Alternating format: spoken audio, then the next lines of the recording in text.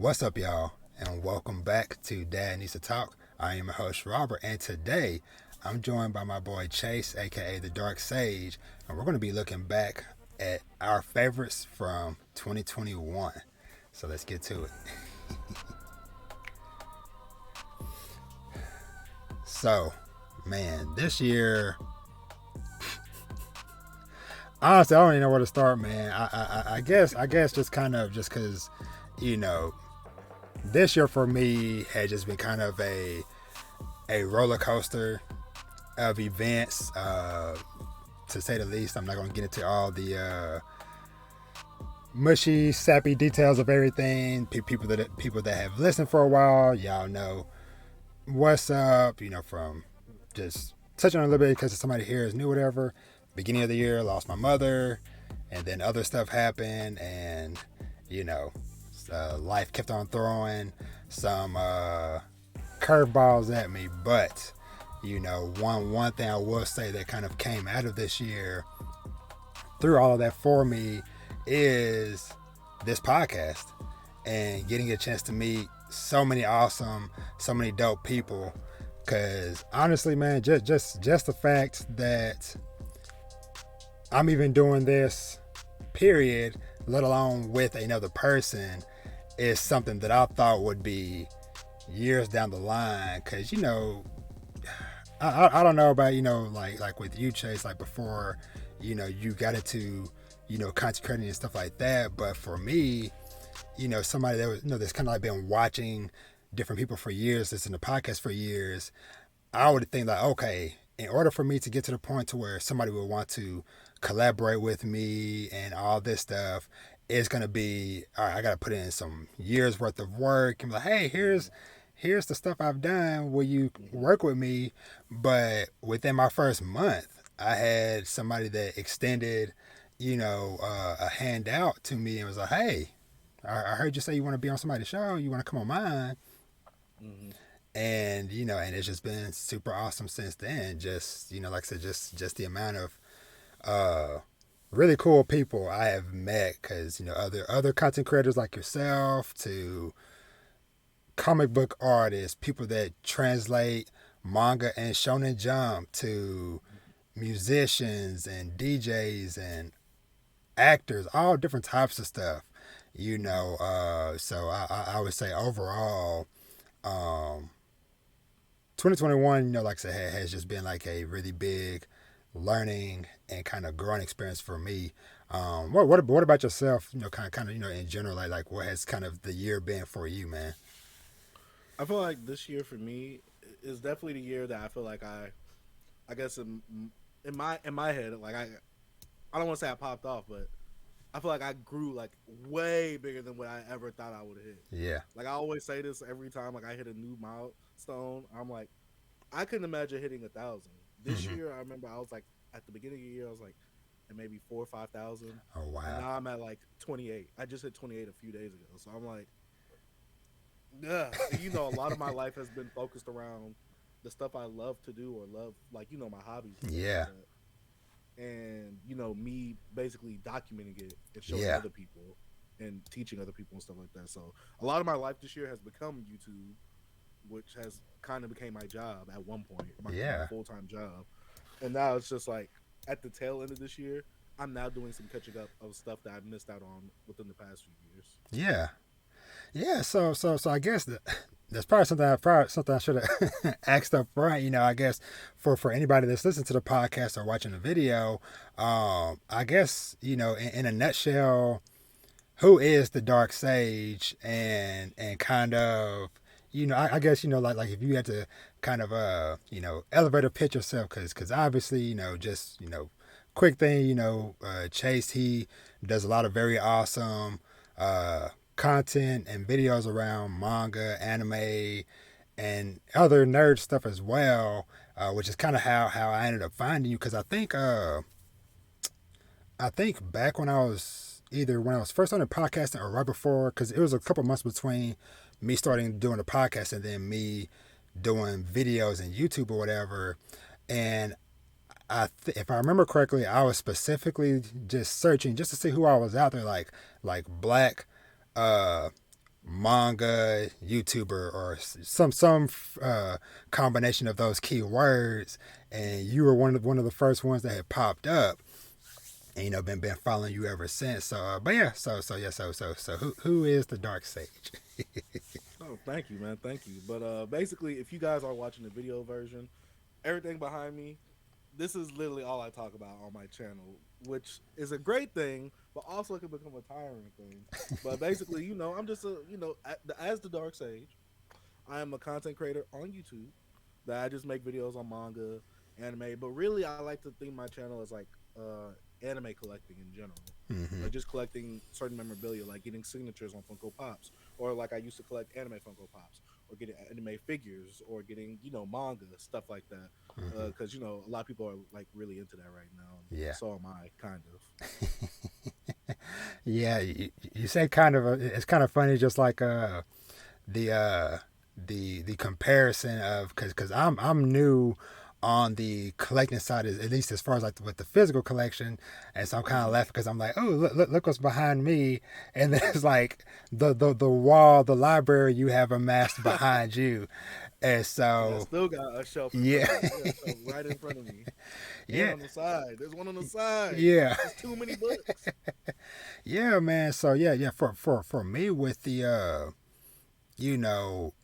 I, I feel like that's another thing with me getting into the space whatever this year. It like super opened up the doorway as far as like my exposure to other manga and stuff. Now, Mm-hmm. I've as I talked about before, I've been reading manga for years, but it's honestly been primarily a lot of like the Shonen Jump titles, just because that's like easily accessible and the kind of like most mainstream stuff. Not saying that I was never open to reading and consuming more, but it just, I feel like once I got into the physical aspect of it, that's when the doors blew wide open. Just because, one thing that I love about, and I've talked about before with physically collecting, is going in person and looking for stuff, because that is how you can discover those hidden gems and those things that not everybody will talk about, to where you see, oh, what, you might go in there looking for, volume one of Jujutsu Kaisen, but, end up walking out with sweat and soap, Okay. or some other unknown thing. Because it's been so many times this year where, and I feel like this kind of goes back to like a childhood thing, even with video games or whatever, to where the cover of a game or a manga might be enough to these like pull your attention and just like, oh, what is that? And it's been so many times where I've just like been glancing, and either just the way the text on the spine is or the way something looks on the cover, it just grabs your attention just long enough to make you wonder like, what is this? So, and but yeah, man, it's but yeah, that's been like definitely a favorite thing of mine that I've gotten into and really just like consumed. But it's very tough trying to limit yourself sometimes, just because it's like, oh, you go in to Barnes and Nobles or Books a Million or whatever with your kind of like little list. Okay, I'm here to pick up this and that, but you walk Mm-hmm. out with It's five like other it's like going things. it's like going to like Target or Walmart. Like you go in for one thing, you leave out with a whole bunch of other stuff you never planned or intended to get on that trip. You know what I'm saying? Oh yeah, exactly. Oh, I just need to run into Walmart, get another pack of toilet tissue, and oh well, while I'm here, I need some more pizza. I need some. Oh, I need that Yeah. too, and I mean, you might as well while you're there, so yeah, don't waste gas. You know what I'm saying? Save you on trips. exactly, man, exactly. So, so I guess we'll kind of kick the ball off. Like I said up top, this year or this episode of the podcast is going to be kind of us just kind of looking back and uh, talking about just some of our favorites of the year, and we're going to cover anime, manga, video games, maybe some TV shows, whatever. So let's see. Let me see where we want to start off with today. I will say, this year, I feel like I feel like this is the one year that I've ingested the least amount of content in Mm-hmm. terms of like watching something Yeah. or playing video games because I was so like focused on doing a lot of YouTube stuff. Yeah. Because you know, at one, I don't know if you was, I don't know how long ago you subscribed, Mm-hmm. but at one point, I was doing like 3 videos a week, which just takes up a lot in general, Yeah. especially doing like me. I'm very unorganized. Like I do stuff whenever I want to, Yeah. but if someone gives me a time, like you gave me a time, Yeah. I'm gonna be there. I'm gonna Yeah. meet that time. But if it comes to me doing my own thing, oh, I'm so unorganized. I do anything. Like I could literally, like I remember I used to wake up at 4 a.m. to make a video, and I would try to edit it the same day. So this year was like the year where I was like, my mind was just everywhere because like I was doing everything on my own time. Yeah. Yeah. Even with me kind of being on on the newer side of the content creation stuff, I'm honestly kind of in a similar boat to where there's been times to where I've tried to have like a planned and organized thing. Okay, I'll record this thing and it'll go up next week or whatever, but I feel like for me, I feel like some of my favorite things that I've done, recorded, whatever, have been stuff that I just like in the middle of just like, oh, got an idea, or oh, I just finished watching this episode or reading this manga. Let me go and record now or as soon as possible versus trying to schedule and plan and it's I tried it Yeah, to it just I feel like it constricts you. yeah, man. Yeah, cause I feel like that was something I learned very early on. Uh, when I was recording the first episode of this podcast, I was trying to have like a script. Like I had written up this whole long thing, and I had re-recorded that thing a million times because I would be reading it, and then I would miss a word or fumble whatever I had written down. And I was like, oh, all right, let's try it again. And then eventually, after several times, I was like, you know what? Let me just try just speaking from the heart, and that went way better. Cause now I kind of, at the least I have, like my kind of main talking points of like, okay, I want to at least talk about this episode, these chapters, just to so I make sure I don't forget stuff. But aside from that, I don't. Yeah, I try not to have too much. You try to make like bullet points of what you Yeah, gotta talk about. yeah, Yeah, exactly. instead of So you writing it all out in detail. exactly. That's kind of what I used to do. I mean, I all my videos they literally just come from whatever I'm talking about. Yeah, Like now I started doing more. Let me jot stuff down so that way I don't forget. But yeah, back then and even earlier or a few months ago, I was doing everything just off of record. Let's go. Like yeah. I just be going. Exactly. So, all right. So we'll kind of start off by, I guess we're going to kind of jump off with some of our favorite anime that we watched this year. So I guess, and we're not necessarily doing like a top 10 or whatever. We're just going to just kind of, just talk and kind of keep it casual. But, what has been some anime that you have checked out that, that you've enjoyed or at least had some interest in this year? All right, so like we talked about off screen, I was watching Tokyo Revengers at one point. I was Mm-hmm. watching it live on Twitch Mm-hmm. every week when they came out with a new episode, Yeah. and I dropped that because the animation was just it was hot garbage at points, and I was like, yo, can't do it. Sorry, story is cool, but it's not pulling me in enough. Yeah. I'm trying to see what else. This year, I believe I think I this year. No, it wasn't this year. It was last year. But Attack on Titan was airing this year, right? Yeah. Yeah. That's probably like my number one thing for this year. Yeah. I'm not gonna lie to you. JoJo's would be number one if I had watched more JoJo. Like, I only saw 2 Gotcha. episodes, so I can't fully say that over a whole season of Attack on Titan. Yeah. But if I watched all JoJo's, that would have been number one. Yeah. Like I really want to just put it number one, even though 'cause it's my favorite anime in general. So I want to put JoJo number one. Yeah. And if anyone's watching this, probably later on after this episode, if you're watching some future, JoJo was number one, but I haven't watched JoJo yet. So just remember, like I said that all here. But Attack on Titan is going to have to be a strong number one Yeah. as of right now before I fully watch JoJo. Yeah. Season 6. What is it, season? I know it's part 6. Yeah. Part Season 6. Part Yeah. 6. Yeah. Yeah, I just don't know if it's like a season. I don't know if it's season 6, but Yeah. right now it has to be Attack on Titan because honestly, this whole year was a blur. Yeah. And like I was saying, I didn't really ingest as much content in terms of watching anime, especially when I got more into manga. Yeah. I was like, I'm not really watching anime no more. It goes too slow for me. So Yeah. Attack on Titan, because I was so hyped when I was watching that each week on Twitch. I was like, yo, this is it. This is what I've been asking for, and it delivered to me. It delivered for me. Yeah. Now the second half that's supposed to be airing in a few months or next month. Yeah. A little shaky, but it starts off nice. You get Yeah. what I'm saying? But yeah. Oh yeah. Yeah. Yeah. I think Attack on Titan is the only one I remember. Okay. Yeah. Yeah. I watched Mashuko Tensei too, but Okay. Oh yeah. Yeah. Yeah. Yeah. Yeah. That's one I really enjoyed as well. Cause yeah, that was one that was one of the anime which I feel like a lot of stuff that I watched this year, was stuff I had never heard of, before. And so, Mushoku Tensei, aka or Jobless Reincarnation, was a welcome surprise for me as well. Look, that show looks freaking beautiful. Had some really dope moments and stuff. I'll say on the Tokyo Revengers thing.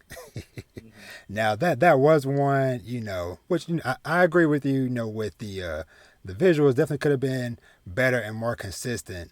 But that's one I did stick with the whole way through. But with that one, that was when I think after maybe like 3 or 4 episodes, I got so hooked that I actually jumped over and started reading the manga and binge read the manga over the course of days, weeks, or whatever.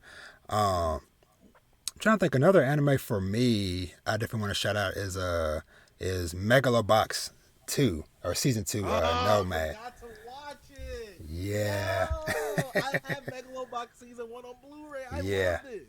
Yeah. Oh, I forgot all about that. I heard it was real good. Yes. To say the least, this season, I just liked how I just liked the whole story and stuff in general, just because it hit really hard in several moments and several scenes that happened. But Nomad, definitely, watch that whenever you get a chance, because if you were a fan of the first season, then I feel like you definitely gonna enjoy this one. I'm scared of that second season. I'm scared of it though. I've been documented online saying I'm scared of that second season, because I feel like I'm one of those people that think the first season was just so well done and it ended off on such a good note. Yeah. I'm like, what is the second season like? What is it there to do? Yeah. Like, what is the purpose? Season 1 on its own, I'm like, it's cool. Yeah. Like, if it would have just ended on the 12 episodes, I would have been all right. Yeah. So I'm just so worried, but I've heard great things about Megalobox too. Yeah. So I'm like, I gotta see what it is. Yeah. Oh, I forgot. I watched My Hero this year. My Hero. Okay. Right? Yeah. Yeah, I dropped it. I dropped it. I watched the movie in theaters. Yeah. Well, I can guess, but just to hear what about it made you kind of just be like, no. Well, I feel like most of it has to do with the superhero fatigue, because I always say like this about My Hero and One Punch Man. It literally came out in the perfect time in America. Yeah. That's when all the Marvel stuff was happening. Yeah. And I was big into that stuff. I mean, I still like superheroes in general. Yeah. If you haven't seen Far From Home, not Far From Home. What's that movie called? No Way Home. No Way Home. Yeah. Yeah. For the people who haven't seen it, go see it. If you're watching this in the future, it was great when you first see it. Yeah. When it first came out, it was great. Awesome. But I just feel like I got superhero fatigue because the MCU was a lot on its own. Then you had the Netflix show, which was a lot on its own. Yeah. And you had One Punch Man about superheroes. You got My Hero about superheroes, and My Hero was cool, but I felt like for me it peaked when All Might fought All For One. Yeah. I'm not gonna say what happens Yeah. there, but to me the show peaked right there, and I'm like, no moment has hit to me since that one moment. Gotcha. And then with season 5, because I dropped it in the middle of the little class A1, yeah, they call it the little class tournament. I dropped it there because I'm like, yo, the pacing is slow. I don't care about these other characters that they're trying to care about. I just don't care about none of this. Like, why are y'all showing me this? Like, get to the actual story. I feel like if I took that part out of the show, from what I've seen so far, it wouldn't affect the show. I'm saying that as of right now. I don't know what happens further on. Yeah. But yeah. Okay. Yeah. I can definitely feel that. Because that My Hero is another one that I'm up to on the manga side of things. So I you, heard great things about the manga. yes, but you talking about the issues with the pacing of the 1A versus 1B stuff. If you thought it was slow in the anime, man, it Was you reading it week to week? yes. Oh no! Yes. So Oh no! and you already know a lot of those episodes are like two, maybe three chapters together. So imagine, oh, this one episode was slow. Well, that one episode across 3 weeks, basically. Yeah, dude, like that was definitely a time when I was reading that where I was like, I don't know about my hero anymore. See. So I was like, I yeah, know I can't be tripping about this. yeah. So I'm trying to think. A couple of like some like smaller ones.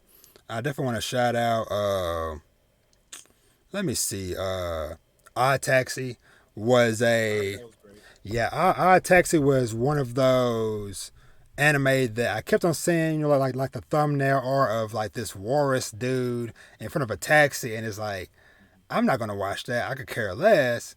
But certain people that I was following in the community whose opinions I value, like, okay, if they like it, maybe I should check it out. And I'm glad I did because it's short and sweet, 12 episodes, and has a really great twist involved and lots of it because it's the series is basically kind of a It's a murder mystery, right? yes. I seen the first episode. Okay. Yeah. I'll text you. Yeah, it's a murder mystery. And just to recap for anybody that might not have heard me talk about it on past podcast episodes, basically the story revolves around the main character, Otakawa, who is a walrus, who's a taxi driver. And just as the story goes on, a lot of characters that are involved in various things from like this murder mystery and some other shady business or whatever. With him being a taxi driver, he's getting all types of people and clients riding in his taxi, and so he ends up getting roped into those events. So, but yeah, Odd Taxi definitely one to check out. Ranking of Kings is my current one. That's the one I know. I know you're talking about that. That's like the Yes, little boy that's supposed to be like. he's He deaf. basically is like the super underdog. He has all odds against him, Yes, but he yes. just wins people over with his heart. Yes. So Ranking of Kings revolves around this young prince named Boji who is deaf and mute. And basically in this world that they live in, uh there is a ranking of kings, and his dad is one of the strongest kings in the world. And so basically, with him being the oldest son, he is first in line to inherit the throne. But because of him being small and having this disability and stuff, people always look down upon him, count him out. But he is super dope character, like you said, like super. The show does a really good job of like just making you just want to root for the dude. And but yeah, that show has been super fantastic because it's been way more involved than what I expected, kind of first going into it. So it's a Ranking of Kings. Check that out. Let me see. Couple other quick ones. Uh Let me see. I'm trying to think of what came out too. Blue Period is another kind of current favorite one. Whoops. Uh-oh. Hold on 1 second. All right. So yeah. So what was you saying, man? I was saying like the other anime I watched this season was not this season, but this year was Nagatoro. I really enjoyed Nagatoro. I'm not gonna lie. What is that? I don't know if I've heard of that one. Don't totally miss Nagatoro. Oh. Okay. I haven't watched that one. I call it I've heard of Nagatoro it. for short. Gotcha. But yeah, I haven't watched that one. I've heard of it and stuff. So I've heard good things about it. So I might end up checking that out. But yeah, the other one I was gonna mention was Blue Period.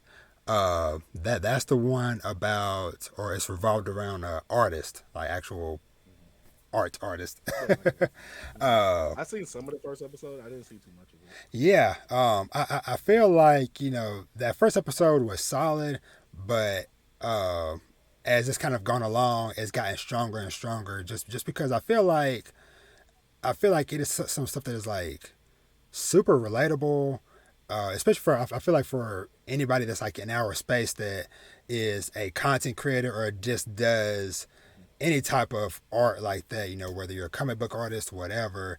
I feel like that show is just so relatable on just so many fronts, just because of all these characters kind of trying to chase their dream, but also having to deal with the hardships of you know having difficulty thinking of like the next thing they want to draw or create, to them dealing with family or friends that basically aren't supportive of their dream or passion. But yeah, that's definitely been one, especially these last couple of episodes. I feel like have hit like super hard on some kind of like really touching themes and stuff. But yeah, Blue Period is definitely one. And I guess that might be it as far as like the main ones, because there's been other ones I've watched. Like Sakugan is one I'm enjoying. Comey Can't Communicate. Beastars. Oh, Comey is so great. Yes. That first season was that first episode was amazing too. Yeah. But have you seen Beastars season 2? I'm looking at the list right now. No, I actually haven't watched any of Beastars. Well, I didn't say that. I think I might have watched one episode of season 1. It's on my list. I need to go ahead and I need to just like make a day on the weekend and just blow through it and catch up, because this one I want to at least like give an honest shot. So, but that's one you watch or enjoy this year or checked out. I like season 1. Yeah. But I didn't like the animation, so that's what made me move over to the manga side. Gotcha. I heard a lot of people say that season 2 wasn't as great as season 1. Yeah. Like, yeah. I remember that coming out. And also, Jujustsu Kaizen was this year, right? No. It wasn't? I don't think. I want to say, I think that was last year. Did it start last year and end this year? Season 1? Maybe. Cause now you got me thinking. Maybe that was the case. Because I'm looking at a list right now, and I see the ones that you're talking about. Skate the Infinity. Oh yeah. I see that as well. Sonny Boy, which I didn't watch, but I know a lot of people liked it. Sonny Boy was one that I tried, man. Like, cause shoot, I can't remember his name. It's somebody I follow on Twitter. Who also does a podcast. I wish I remember his name, but I know basically a couple of people that I know, they were loving it, really enjoying it. And so one day I just sat out. I was like, okay, let's give this thing a shot. And I like binged. I think it was maybe like 7 or 8 episodes at the time, and my eyes was just glazed over, because I'm like, this doesn't make any sense. Like I like the weirdness of it, but as far as like from like a story perspective, I'm like, it was everywhere. I couldn't follow nothing, so I just that was when I just dropped. Understandable. I didn't try that at all. Like I said, if I couldn't get it on manga format, then I probably didn't even try it. Yeah. I think like I said, this year I was catching up on a lot of stuff I missed. To Your Eternity was this year too. Yes. That man, To Your Eternity, that was one. That was one that freaking was jabbing you in the heart every week, man. Cause every time, I feel like once it gets to a certain point, people are gonna die. And so to expect it, but at the same time, like a lot of times when it happened, it was still just so. It still hurt. Yes, it's like, okay, after those first couple, it was like, okay, all these people are gonna die, huh? But yeah, that was definitely one I really enjoyed.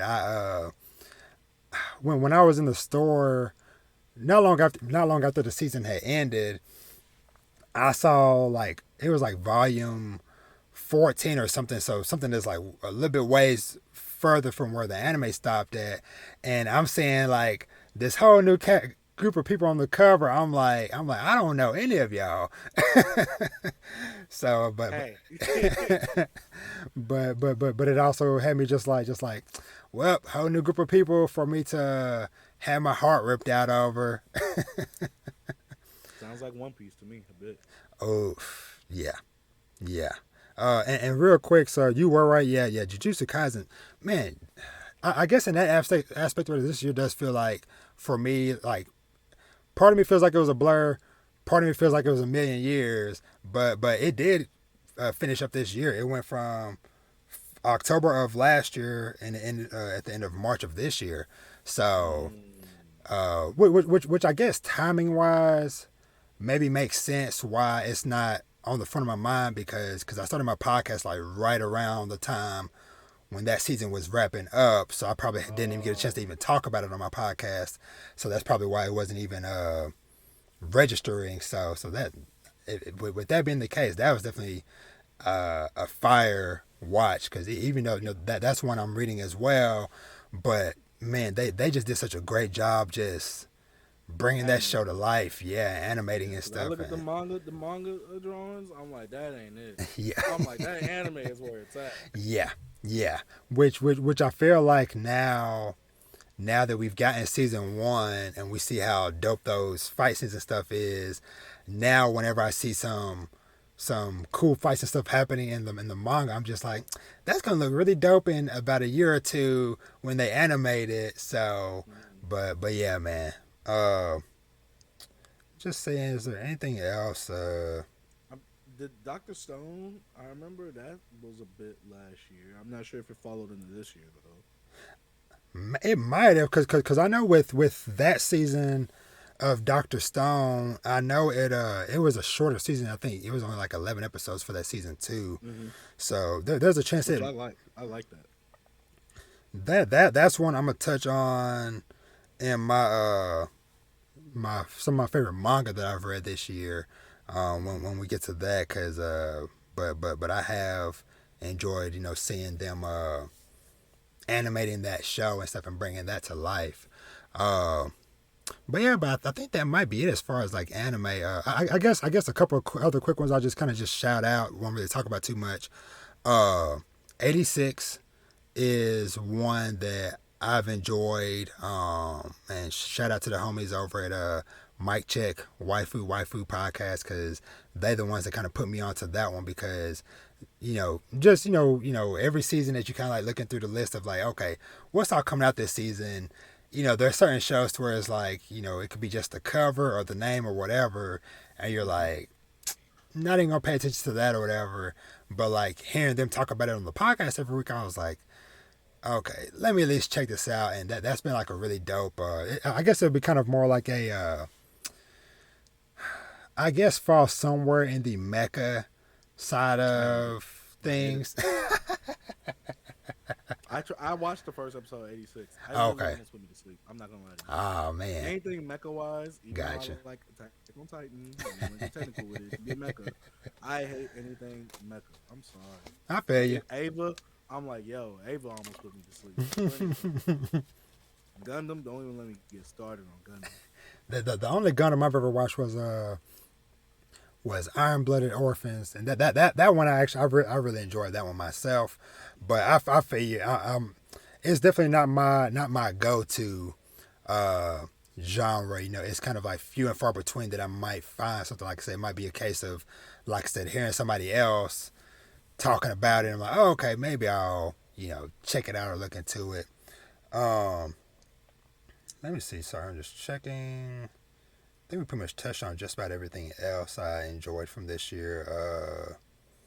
Fena Pirate Princess was okay until those last 2 episodes, and I'm like, what the heck are y'all doing? Because that show looks beautiful. I've heard talking about that. Yeah, that one, like I said, pretty much like 90% really good. And then those last 2 episodes, it was like okay, y'all got into some weird supernatural crazy stuff. So kind of where it was okay, each week it was okay, it's going up and up and up, and then it's like those last episodes like, okay, let's bring it back down the list a bit more.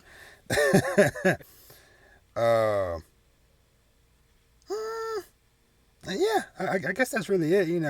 Vivi and Reincarnated as a Slime were 2 other ones that I watched and just kind of enjoyed. I forgot about Reincarnated as a Slime. Yeah. I only seen season 1. Crap. I'm slacking. Yeah, man. But yeah, I think that's it. As far as like stuff from this year, I will give a honorable mention to an older show from last year that I watched this year for the first time, and that was Keep Your Hands Off Eizouken. That was one that I think last year when Crunchyroll or whoever was doing like their Anime of the Year awards and stuff, I kept seeing that name pop up in like best animation, best this, best that, and I'm like, what the heck is this? Keep your hands off Eizouken stuff, or whatever. And so it wasn't until this year you saw what I'm talking about. Yeah, I feel like this is the one that he's talking about, the one that looked ugly to me. I Yeah, looked it up, like that is the one. yeah, but I would say the show itself, is definitely way better than than like I said, at least like from first glance. I guess is the best way I could kind of phrase it because and just once again little quick synopsis of it or whatever. Basically, it revolves around these three young girls who basically end up coming together to form basically a anime club at their school because they have a dream of making their own anime. And so the show it gets like pretty wild with the animation because what it does is as the characters, especially like the main MC, as she is kind of like speaking through her ideas of different stuff that she wants to draw or do whatever, they animate it in a way to where the stuff is like coming to life in the world, and so it kind of puts them into whatever stuff that they were drawing or animating and stuff. But that was when I actually really enjoyed, and glad I kind of went back to and checked out. So but yeah, but I think that'll be it as far as anime. Um, I guess let me see. Uh, but before I get to the games and stuff, because I figured this might be a pretty quick one or whatever. As far as like TV, like regular TV movies or whatever, was there anything from this year that kind of grabbed your attention or anything that kind of stood out to you or whatever? See, I was thinking about that all day. I'm like, I don't think I watched any regular TV this Yeah, year. But like I said, I barely watch any anime. So yeah, I'm like, I don't think. I'm trying to think. I wanted to watch the Marvel shows, but like I said, I had that superhero fatigue. yeah, yeah, I'm trying to think of what all shows came out, but I don't think I watched it. I mean, I watched Squid Games, if that yeah, counts, I guess. yeah, yeah, And I was like, that's okay. yeah, Like, it's not bad. It's not the greatest thing I've watched. yeah. It's okay. Oh yeah, I oh don't know yeah, if I recommend it to anyone, but it's yeah, okay. yeah, But yeah. I think besides that, I don't think I've watched anything else. I don't think. I don't know. I don't think so. Yeah, I'm kind of in a similar boat to where, you know, for me it was definitely like a pretty decent amount of anime, but yeah, as far as like stuff outside of anime, not really. I did watch all the Marvel TV shows and movies this year, uh, which I guess across the board I can say that I enjoyed them all to varying degrees, but I don't regret watching any of them.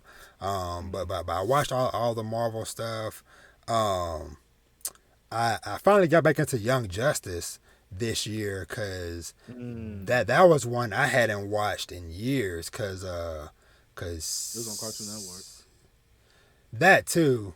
But season 4 started this year, maybe like a couple months ago, and season 3 came out a few years ago, and I was trying to watch it week to week, but I just didn't keep up with it. And then before I knew it, 3 years had passed, or however long, and so some certain people that I follow on the timeline or whatever. It was something I feel if I remember, I want to say I think it was maybe like episode 3 or 4 of season 4. Uh, I saw somebody I follow make a comment or something like yo, they murking people like that on Young Justice now, and so you see a tweet like that, you're like,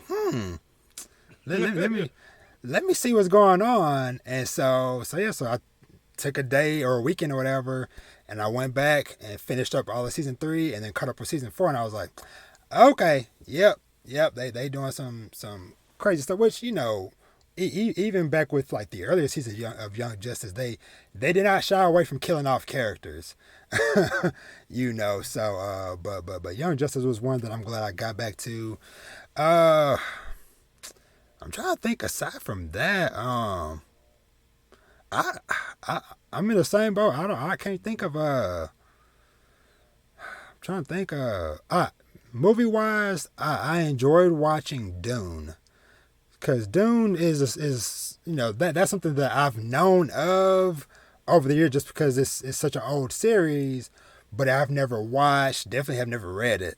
And so I feel like my experience with Dune was, I don't know, I feel like Dune came along at just the right time, because when I recorded the episode talking about that a month ago, whenever it was, um that was also like one of like my favorite episodes that I recorded, just because I think I titled that episode "Finding Peace in Dune," and what that kind of meant was, because of the tone and stuff of Dune, with it being kind of super sci-fi series, but the pacing of it, stuff or whatever, was kind of like really chill, really slow. They really took time to like put you into their world, to get you to learn about these characters and stuff. And I feel like my personal experience, because I went to go see it in theaters and I got to see it in IMAX. So seeing like how beautiful that movie was, and just like I said, like the music, it just everything was just hitting right for me, whatever. So that was definitely one of my favorite things that I got to watch and experience this year. I'm trying to think, and honestly, I don't think there might not really be too much else. 'Cause I'm kind of going through my mental catalog. Uh, Once again, Movie wise, I think I know I've watched more, but yeah, the ones that I remember is Halloween Kills. I think that was the name. yeah, I think so. The Yeah, third one in the series. Spider-Man, Venom 2. I don't think I watched any other superhero movie. After Endgame, I just dropped off the superhero scene. After Far From Home. After Far From Home, I dropped off and I came back with No Way Out. No Way Home. God damn. yeah. I I can definitely feel that, because honestly, it feels like Endgame plus like you said, Far From Home, because that was right after. Endgame. Yeah, okay, yeah, he came back after the blip. That's right. So yeah, I agree with you. I feel like I feel like that was kind of like the stopping point, where it's like, hey, if you went off the Marvel train, here's your stop. Because hey, we kind of had this big crazy experience, wrapped up some stuff. All right, exit stage right, type of thing. Because MCU was going since I've been in middle school, so I'm like, yo, like, I'm tired, man. I watched all these goddamn movies, and I got what I wanted. Yeah. Oh, Thanos came and pulled up. Yeah. So I got everything I needed out of that Endgame. I felt like it was just was hitting me on the head. Yeah. Movie. I'm like, yo, this is 3 hours.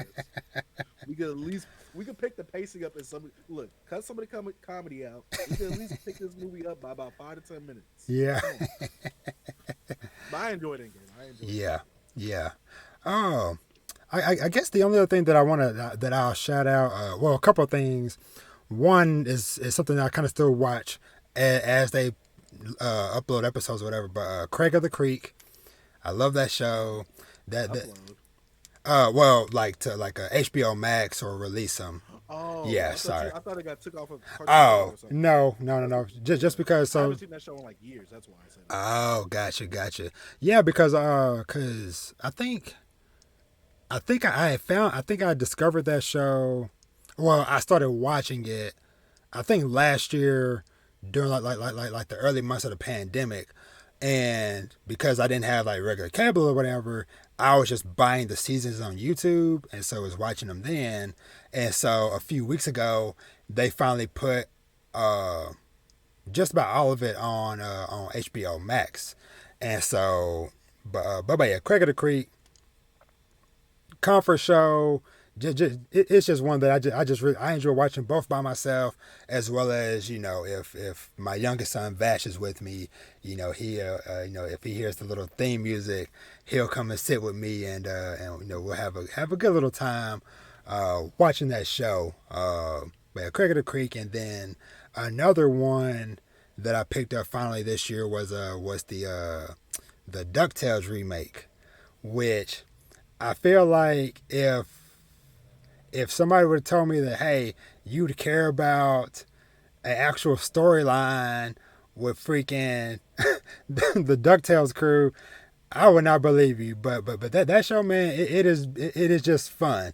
It is just fun to watch. It looks really good, because they've of course come back and done modern day animation and stuff with it. But and they tie in different characters and stuff from other properties, because like Darkwing Duck shows up in it, and some other characters and stuff. But yeah, DuckTales definitely has been another comfort series like right there with me, along with, like I said, with Cricket or Creek, of just if I just want something just kind of nice and chill to just watch, kind of just like settle down for the evening. That's one that I've really enjoyed. But yeah, I think that's it as far as like with regular TV and movies and stuff, because yeah, I can't. The Demon Slayer movie came out this year too, right? Oh yeah, in America. Yeah. That was a really dope experience. I feel like anytime I go and see an anime movie like that in theaters, it's always just like a really dope experience, just because just being in a theater surrounded by a lot of other fellow nerds and stuff, and just knowing like, okay, we are all here, because our shared love of this thing. So but yeah, I'm trying to think, was Demon Slayer? I think that might have been the first movie I saw in theaters this year. Sonic came out last year. Yes. I thought it came out this year. Yeah. My memory is all the way off. Well, this last year or two, whatever, has kind of been like a jumbled it's just thing of time. Once this what ends, yes, I feel like that's where I'm gonna get everything on track, because I feel like once it ends, that thing right there is its own year. Yeah. The for One Piece reference, the Void Century. I need it to be erased out of my mind. So yes, I would like it to be the Void thing. Those missing 5 years that no one ever talks about, I would like it to be like. I would kind of like it to be like. Yeah. Just don't forget the good stuff. Yes, indeed. But yeah, so I think we'll kind of truck right along to talk about some video games. So have there been any games that you've checked out this year? All right. So it's time to get in my bag Right now. Uh-oh. And I'm not getting too fully in my bag, because the bag isn't that big. So this year, like I said, with the whole content creation stuff, I've been focusing on that a lot. So honestly, ever since I've been doing YouTube, I cut out video games. Yeah. Because I'm like, I need to focus on this. I want to do this. I have to get everything straightened right here. Mm-hmm. Once I've done less YouTube, I started doing more Twitch. I started playing video games a bit more. And I recently got a PS5 like a month or two ago. Nice. And when Black Friday hit, I was going crazy with all them deals. Yeah. My video game collection, because I used to have a PS3, but I had to sell it for personal reasons, sadly. Yeah. My PS4 collection went from this to now it's like that with the PS5 games. I'm like, hey, yo, I would say I need to chill, but I got all that stuff on a good deal. Oh yeah. All the Black Friday deals were just too good to miss out on. Yeah. 2021 was Black Friday. It was a Black Friday for video games. If anything, I didn't buy no manga, only video games. Yeah. And I think the one game I played this year that I really enjoyed, and I replayed it a last week. And I know it's not the biggest of games. It's a pretty short game. Miles Morales. Oh yes. When I talk about accurate representation and not making a stereotypical black character, especially from the superhero genre and in a video game, well done. Yes. Insomniac hit it out the park. They already hit it out the park with Spiderman PS4. Yeah. And they also hit it out the park with Ratchet and Clank, because I played that. Yeah. We also got to talk about Guardians of the Galaxy. Yes. We had a little interaction on Twitter. Oh yes. But Miles, Oh my gosh, that game is so good. I love the soundtrack. I love his character. I love his environment with him being in Harlem. And Yeah. I just loved everything about that game. I'm like, yo, because I played it on the second time. Because my second playthrough, I played it on PS5. Yeah, The first okay. time I played it on PS4. So Gotcha. first of all, seeing the beautiful graphics. Oh my gosh, just Yes. seeing the snow like kind of like turning the water on it. So Yeah. I'm like that's amazing. But I think I just really like the representation and the way that they do the character of Miles Morales in that game the most because it's like as obviously as a black person Yeah. usually when we're in the media it's really stereotypical Yeah. like it's very stereotypical but that game I'm like they just show off great qualities about Miles as a character Yeah. while he's also black and his other friend which Finn Yeah. she's also I didn't want to say the wrong thing Yeah. who was all like Yeah. but her being a great representation for a woman who is also black and smart as well. Yes. I'm like everything was great about the game. While it wasn't the best gameplay wise compared to Spider-Man PS4, that's all right. Oh Yeah, yeah. I loved it. I loved it. I felt like I really enjoyed a lot of his attacks and stuff because I feel like with that game like you said along with the music just the sound design overall Mm-hmm. because I remember like one of the first times I did like one of his like electric punches and that sound I was like whoa what was that Yeah. so but yeah that So was like a fuse blowing. yes I'm like okay. yes Okay. yeah that Also, game Crash was super dope. Bandicoot. I played Crash Bandicoot 2 this year. I effing hate that game. I don't care, but I freaking hate that game. Are you talking about the which one you played the Four. Crash the newest one? I Gotcha. played that a few weeks ago. I wanted to rip all my hair out. Dog. I was like, it shouldn't. I shouldn't like it. And this is my thing because have you played the Insane trilogy? No. Have you played Crash One? No. The most amount of Crash that I've played was during a short sequence in Uncharted 4 when you're playing I it. love that part. Yeah. I love that part. That stage is easy. Yeah. If you got PlayStation 5, correct? Yeah. Yeah. You get the game for free if you got PlayStation Plus. Go Yeah. in there, try Crash 1. You want to kill yourself after that. But Crash 1 was just so unbearably hard that I had to quit it. Like it made me cry. But when I play Crash 4, it's like a return to form for that game. Yeah. But it's not necessarily like unreasonably hard. Every time I miss something on that, I'm like, I could do it. Yeah. It's just like it's very challenging. Yeah. But I will say that was probably the most challenging game I played of recent. Because like I said, I'm getting back into video games, and that really put me back in the I need to be a gamer mode. Like, Yeah. like, that game was so fun, but it made me want to rip my hair out. At the same time. I died over. I remember one stage I died over 100 times on one. Oh stage. wow. Like, yeah, I know. But still, it was fun. But yeah, Crash 4. I'm talking about games I beat. Crash 4, Miles, Guardians, Ratchet and Clank. Ratchet and Clank was so good. Yes. I give that game like a 9.5 out of 10. Yeah. Almost a 10 out of 10 if it wasn't so easy. Yeah. Yeah. Ratchet and Clank. Right there with you. That was one I definitely enjoyed playing this year. Trying to think. I feel like maybe we'll say Guardians for maybe the last one we talk about, just because I know we both gonna have a lot to say about that one. A couple ones I'll shout out. Now some of these, well, I'll start with one of the other ones I did beat, which was Life is Strange: True Colors. That's number 2, right? Or is that 3? Oh, as far as like that would be 3, because there is a 1 and a 2. And then there was a prequel to 1, which was a Before the Storm. But yeah. Timeline wise, this would be the third mainstream Life is Strange game. Okay. But I won't belabor the point because I've done 4 episodes talking about that and stuff. But that was one. I'll just say like if you've enjoyed the Life is Strange series, any of the previous games, you're gonna enjoy this one.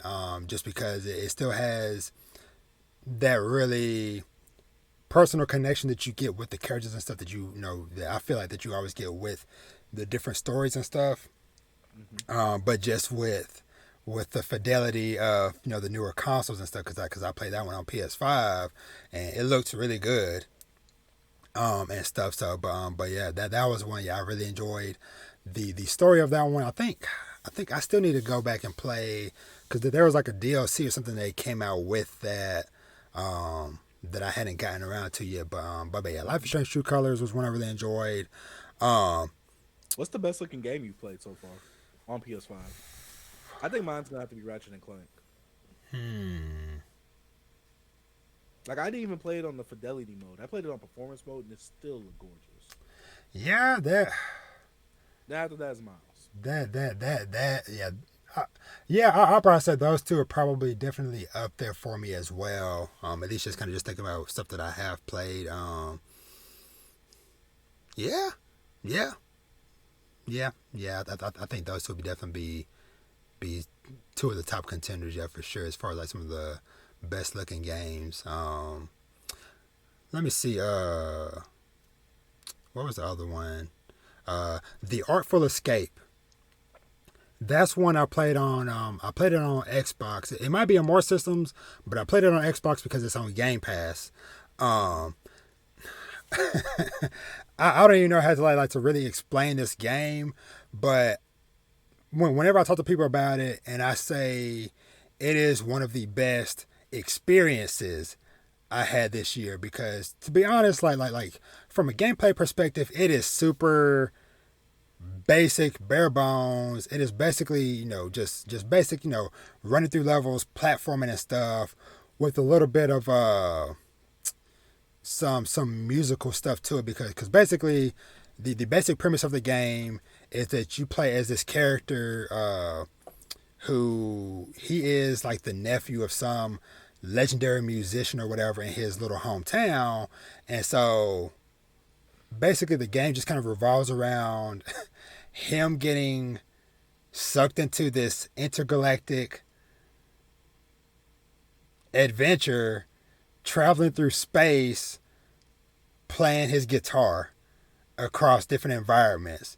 And so you're pretty much just like running through and platforming through different environments and stuff with your guitar, and you can hit different guitar riffs and stuff at any point in time. And like I said, it sounds super weird me trying to describe it, but if you get a chance, you or anybody that's just listening or watching this or whatever, just look up either a trailer or just like any gameplay from it, because it's a very visually, it is very out there. Like I said, it's just like a super weird collage of colors. but I feel like I said, just the journey that the character went on, because as he's traveling through space, he's also trying to discover his own identity and stuff. But yeah, the Artful Escape, it's just a journey, or the game basically just revolves around this young guy basically going on a journey of self-discovery of, basically like figuring out who he is and following his own dreams versus trying to live up to the legend of, of his uncle and stuff, which I feel like, a lot of us, or a lot of people in general, can relate to that in some form or fashion, whether, regardless of, if you were an athlete, or, depending on, what your parents or older sibling or whatever might have done before you. As oh, well, your uncle John, was super good at computers, so you should be able to do it too, type of stuff. But yeah, like I said, overall, like I said, super simple game. I think it might have been maybe 4 or 5 hours, if that tops. But a super short, sweet experience. Like I said, it just, the music, the music and the visuals were definitely like two key things about that. They just like really just like hit me. So that's one. Another game I want to shout out that I want to go back and finish playing, is it's called Death's Door.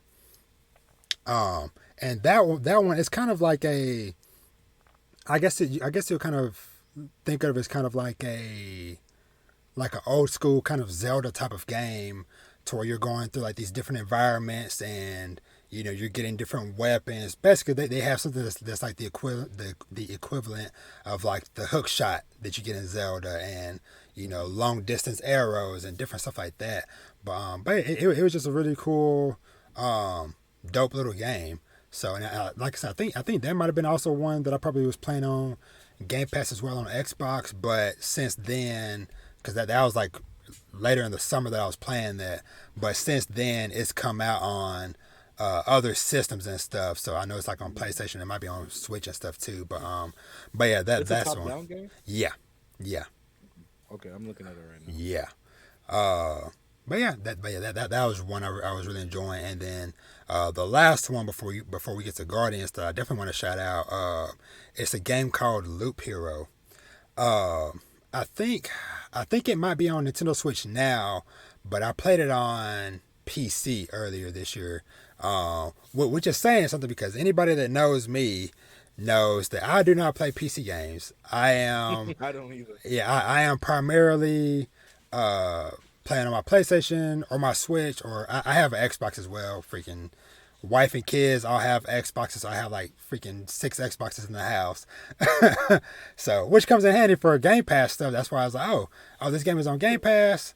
I have no excuse because there's freaking like 6 Xboxes in the house. So, but anywho, but so with Loop Hero, it was one of those games to where,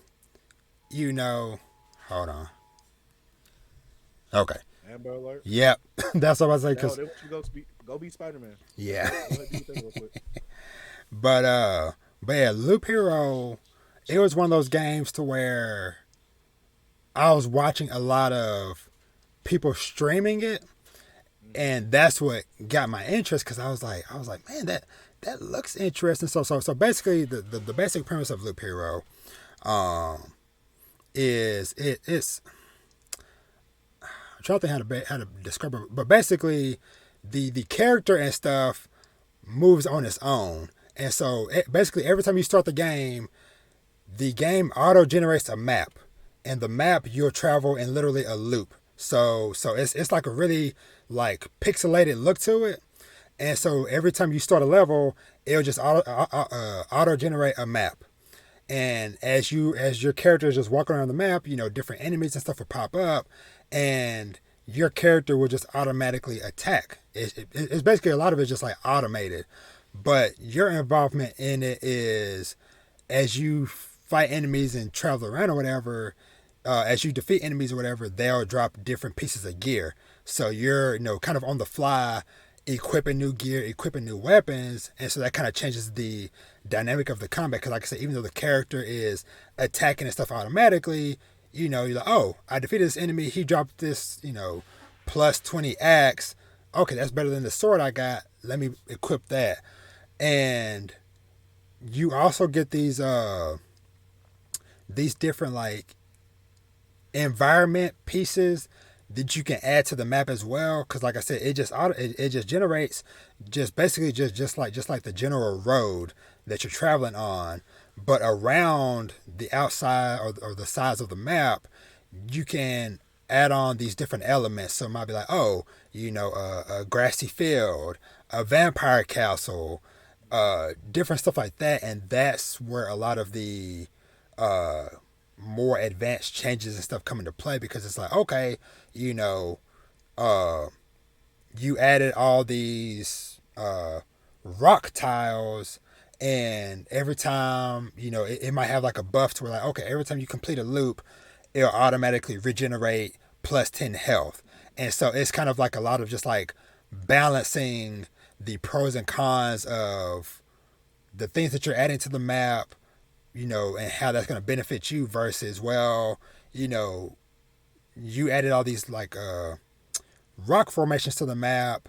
Okay, yes, you're getting plus 10 every time you finish a loop, but there's also a bunch of Valkyries will come down from the mountains and spawn on the map too. So it's like, okay, you get plus 10 health, but every couple of loops, you're going to have to fight some Valkyries. So it's stuff like that. Like I said, it is like a super weird game to like another weird one to try to describe, but it was just like super addicting, because like I said, it is simple in certain ways, but very just like addicting, because I guess it kind of like plays with that part of your brain where you like watch like watching the numbers go up type of thing, type of vibe in your mind. So but yeah, Loop Hero, like I said, is just I never finished it because it got extremely hard, because I think because basically, as you're traveling around this loop multiple times and you're defeating enemies and stuff, there's also this meter that's kind of like building up at the bottom to where eventually the boss will spawn in. And so basically, every time you complete a loop, you can stop at any point when you get back to the starting point, and you go back to like this like little village, and that's where you can, okay, heal up and do different stuff, or you can just keep going. And so that's kind of the pro and con of like, okay, am I gonna keep going to try to get to this boss, or if this is just gonna be a run of just me trying to just load up on supplies of like, okay, I really need to get more of whatever thing so I can buy more potions or whatever. So this time I'm just gonna go on as many loops as I can and just load up on equipment and then just kind of stop, and then we'll prepare to try to do the boss next time. But yeah, I never made it past that first boss, man, and I think there was like 3 bosses or whatever. But I still had to shout it out, like I said, just for the simple fact of it got me to play a freaking PC game, cause for the first time in years, I loaded up I loaded up Steam on my laptop or whatever, and I was like, man, can my laptop even run this? Because I've gotten a new laptop since, but I was running on my old like 5-6+ year old laptop at first. So, but yeah, but the big boy. Looking at it right now. Yeah, it's like I said, it's kind of weird looking at, but like I said, it just hooked me for at least for a little bit. So the big boy we got to talk about, and I'm gonna say this game will be open to spoilers because I feel like we're gonna have to touch on it at some point or whatever. Guardians of the Galaxy. Good game, great game. Very unexpected, very out of left field. Yes, this game is one which I feel like that has been kind of like the sentiment that a lot of people have been saying since it came out, because those early trailers and I remember like that first like gameplay thing that they did at E3 like last year, whenever it was, it didn't really show off the game too well for me and for a lot of people. It was like, this looks kind of janky. This seems kind of weird. You playing as Star-Lord, issuing commands and stuff.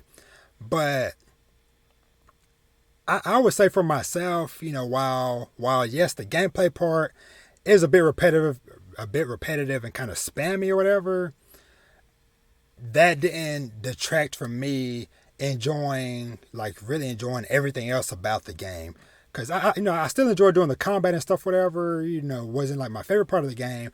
I still enjoy doing it because just, especially as you get like the bigger attacks and different stuff like that, was just every time cool. Especially once Rocket got the freaking giant missile. Giant gun. Yeah. It's like a big explosion. Like 3 missiles or rockets out of it. Yes. Oh, I love that attack. Yes. And it's like that, and I feel like it's just like really dope. Just like when you like launch all like the really big attacks, or everybody like Rocket with the giant rocket thing, Gamora with the one attack where she like is just like throws the enemy up in the air, just like slicing and dicing like a million times, and everything else in between. But I did not expect the story and the stuff that they touched on with the characters to grab me the way that it did, because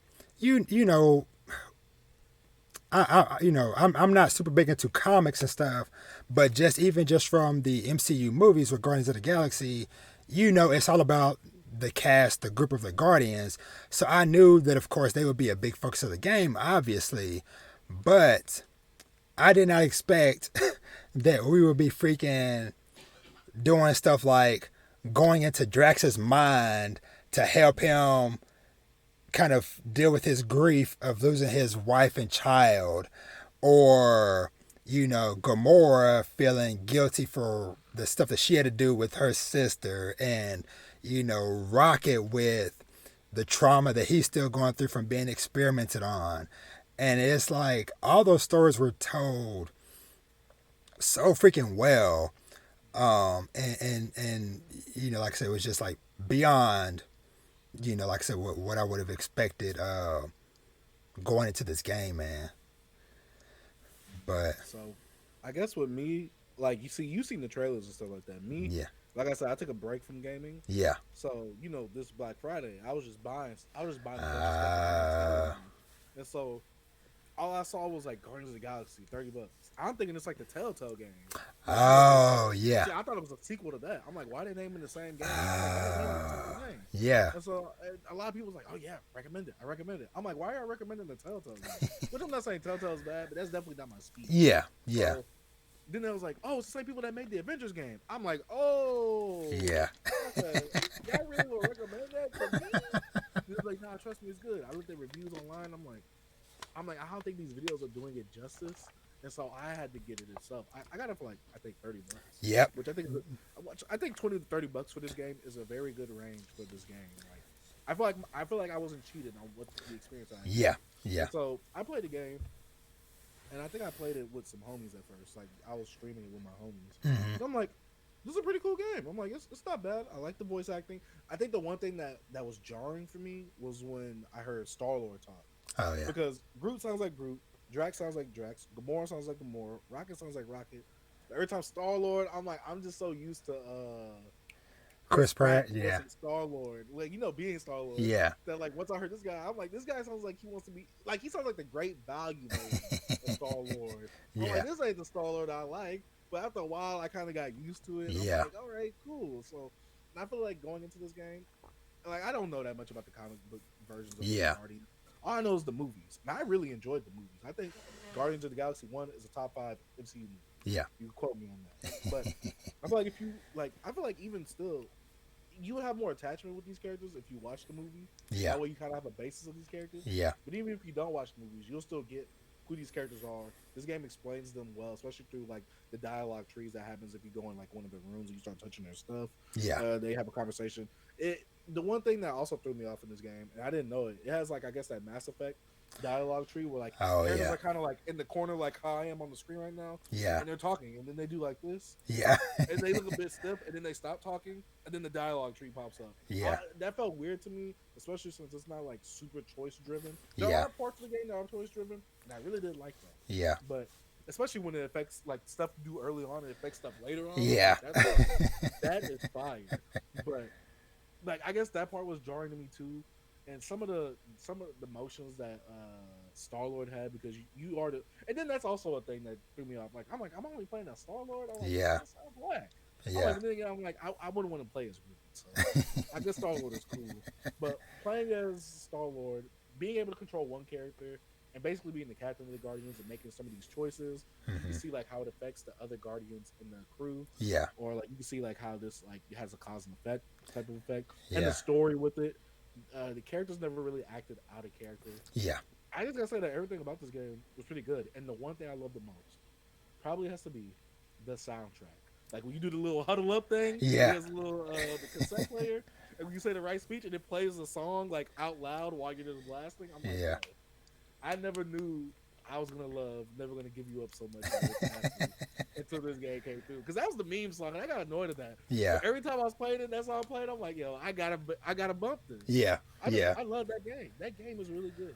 yeah, and I also feel like everything that you said. Honestly, I'm going back to like when I first started playing the game. Mm-hmm. Just because, like I said, like from the trailers and stuff, whatever, and I did also get it on Black Friday as well. Cause same thing, like you said, it was like, okay, this looks okay, but I was like, oh, $30, hey, sure. But when I first started playing the game, I wasn't sure like how much like platforming and stuff might be in the game. Cause I'm trying to remember, I think I might have heard some mention of okay, yeah, it's got like some platforming like a Uncharted or whatever. But it wasn't until we got to that first planet, and I saw like some like different elevations, and I was like, "Can I even jump?" And so the first time I like jumped, and I was like, "Oh, okay." So that kind of changed my perspective of like how I move around the environments and stuff, because now it's like, okay, now there is verticality to different levels, and it's like, okay, let me go and explore, finding alternate paths with like some like bonus costume. Yeah, bonus costumes and stuff. Speaking of which, I'm like, man, where's all of Gamora's costumes? I think I might have found only a I think I only couple. found like one of Peter Quill's outfits. I found a bunch of Peter Quill's outfits, and I found a few. I think I found at least like a few of everybody else. But Gamora, I'm like, where is all her stuff? So, but that aside, another part of the game I really enjoyed was the different sceneries and stuff. Cause one shot I liked was when what planet? I think basically they were on the planet where it's kind of like where they have like the little like observation deck that's kind of like looking out into what is supposed to be like the end of the universe. Where you kind of stand there talking with Drax and he's kind of like reminiscing about his family and stuff, whatever. It's like shots like that, and anytime you travel into like a new planet and it kind of has like a zoomed out view of the planet or location or whatever, it was just like it looked super dope. And the first time you go into the I can't remember what it's called, but basically like the evil fortress, the one that's got like a bunch of gold everywhere. Oh, Magus's, is it Magus? The priest. Yes. Yeah. The priest, I guess, domain. Yes. We'll yeah. When you kind of first get into that area or whatever, and it's just like all this like gold in the distance or whatever, but yeah, I just love just like all those different shots and stuff, and and you talking about like with the choices and stuff. One that just kind of just came to mind that made me laugh. I think you're on Nowhere because I think that's kind of like one of like the bigger areas that you kind of just like walk around and stuff, whatever. First meet Cosmo. Yeah, and there was like a group of kids playing or whatever, and I went over to play with the kids, and I can't remember like what choice or something that I did with them, but then the kids jacked my money.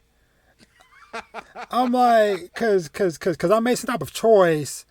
And something happened, and then like the kids ran off, and then it showed like my money amount in the corner, and it went down like a few $100. What I'm like, I just got robbed by some kids. So, but just little stuff like that, and yeah, man, like you said, like all the characters acted like what you expected. I really love Drax and just. Yes. His like hilarious in the game. Just like his, just like in the movies and stuff with his humor or him taking his stuff. Bluntness. Yes. It's his bluntness. Being blunt and just like him taking certain words or phrases too literal, of different stuff like that. But another character that I freaking loved, Mantis. I really loved Mantis. She was confused me compared to her MCU counterpart. Yeah, but I was welcome to it though. Yeah, these are probably more comic accurate versions of the characters. I'm not sure. Yeah. That's what I was gathering as well because I remember, at least from my memory from the movies or whatever, her being okay in the movies, but I just liked how her being one of those characters that's just kind of like seeing multiple timelines at once. Like, okay, and I love like when she's like traveling around with you, it's like, okay, is this the time that thing happens? Oh yeah. or she kind of like kept messing with Rocket, being like, oh no, oh no, okay, this isn't the one where you die or whatever.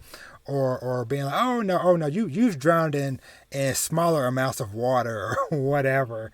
But yeah, she was definitely a character that I that I really enjoyed and stuff as well. I'm trying to think.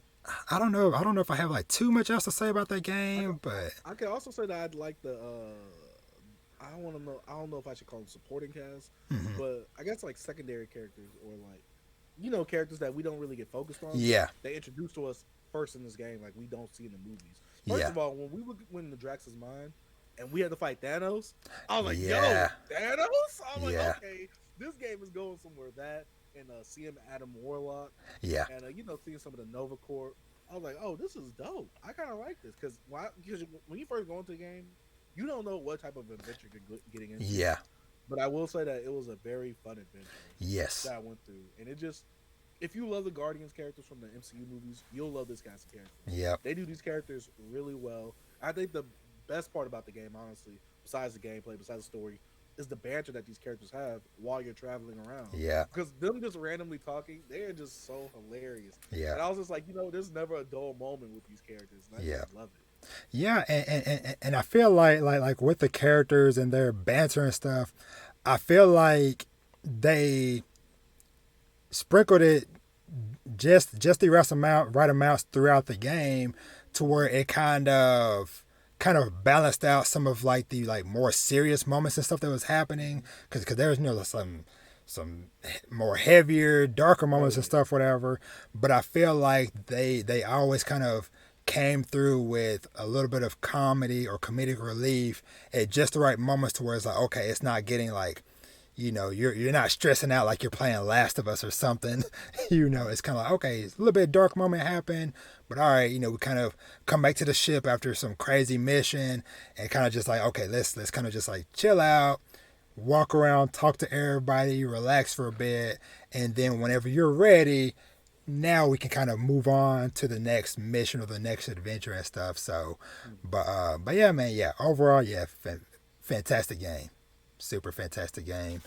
And yeah, I don't think there's any other game that I can think of from this year. Oh, I played It Takes Two. That was a pretty good. That one game of the year. Yeah. Like I played it literally like a few weeks before it won game of the year. Okay. And okay. Me and my girlfriend beat it, and this is like I guess like her first full game that she's played. And she doesn't know the controller, so it was just fun. Like, you gotta press square, you gotta press square, you gotta look at the time. I'm doing all this yelling at her, but then after we played it, we was like, that was a fun game. Yeah. I didn't expect much of it, but I'm like, for a fully co-op game, and for the story to be like this, I'm not saying the story is just the best thing ever, but the story was, it was really well told. The characters were pretty cool as well, and it had its funny moments. And overall, it was just a fun game with great, like, level design. Yeah. And I think the one thing that game has for it going the most is the creativity of the world that it builds for itself. Yeah. So I really did enjoy that game. Yeah. Yeah, man. Yeah, that's one I'm still kind of on my list of things I think I want to at least try to play. Maybe I can try to see if my wife might be able to try to play it or whatever. But I don't know. We'll see. We'll see. I'm trying to think because I feel like this year in general, I feel like I played majority of stuff I wanted to play. Well, one I still want to get to. A couple things I still want to get to. I still want to play Kena Bridge of Spirits. I haven't played that yet, and it keeps on going on sale. I think it just went on sale again yesterday or whatever. So there's a new Sony sale, so I'd say it's on sale right now. Hop on it, maybe. Yeah, I'm gonna try to maybe go and scoop that up. I still want to go back and play the new expansion for Ghost of Tsushima, because I love the base game when I played that last year, and so I definitely want to go back and dive into that. Hopefully sometime soon. And other than that, I feel like overall this year wasn't like the biggest year for games or whatever. There was like a few solid gems, few surprises, like we said with Guardians and stuff like that. But I feel like next year is definitely going to kind of crank things up to the extreme because I already have like my list made of like big things for next year that I'm like, okay, I'm gonna play this, and this. And it's just I'm gonna have to figure out how I'm gonna try to stay on top of it because like what you talked about earlier with you kind of diving into manga a lot more this year and not kind of taking away or not focusing so much on other stuff. I feel like this is probably like one of like the first years in a while where I played like the least amount of games because I got into manga so heavy to where it's like I could play a game, but I want to read more of this thing.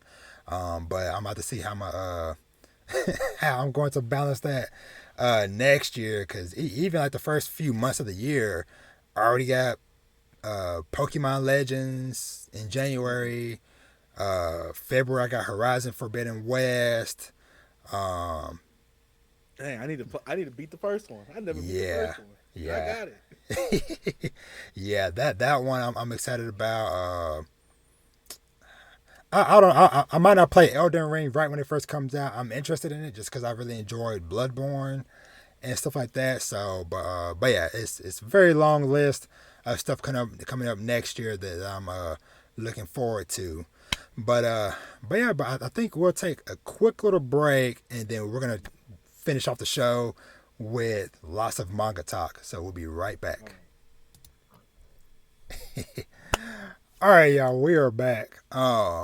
So it is time for some manga talk. So, trying to think, I don't even know where to freaking start because I feel like I have consumed so much manga this year, both from the normal weekly Shonen Jump series and stuff, to just various new things I've discovered or whatever. So I'm trying to think. I guess I'll start with one series that that I obviously keep up with or whatever, that still enjoy, is One Piece. I don't know if I've ever asked you. I'm pretty sure. I don't know. What is you and your relationship with One Piece? You read it? You keep up with it? No? Yes? Maybe? Pretty sure? Okay. I love One Piece. But I will say, One Piece is the one series that made me realize I don't need to be reading weekly no more. Yeah. Because how about to call this Dressrosa? As Wano has been going, yeah, the more and more it goes, the more and more I start to forget. Yeah. And I'm like, I'm a binger. Yeah. I was one of those people that I binged One Piece last year because I initially was watching One Piece when it first came over to America. Yeah. Okay. So that was my traditional. Like, I was a big fan of One Piece back then. They were like, oh, it's trash. Yeah. So I kind of stopped with One Piece. We all know about the Ace death. That was like the biggest spoiled thing in the internet. Yeah. So last year, One Piece is the one manga that really got me into actually like wanting to read way more manga. Yeah. So last year I was reading One Piece. I'm like, I'm gonna try to catch up to a chapter 1,000 before it hits 1,000. Yeah. And so I binged all One Piece last year, and I was like, yo, this is amazing. Yeah. This is the greatest thing since sliced bread. I'm sorry, it is. Oh yeah. One Piece is just so good. So right now, I'm in part of Wano, but let me see if I can say the last thing without spoiling anybody. Oh well, let me. I'll give this caveat.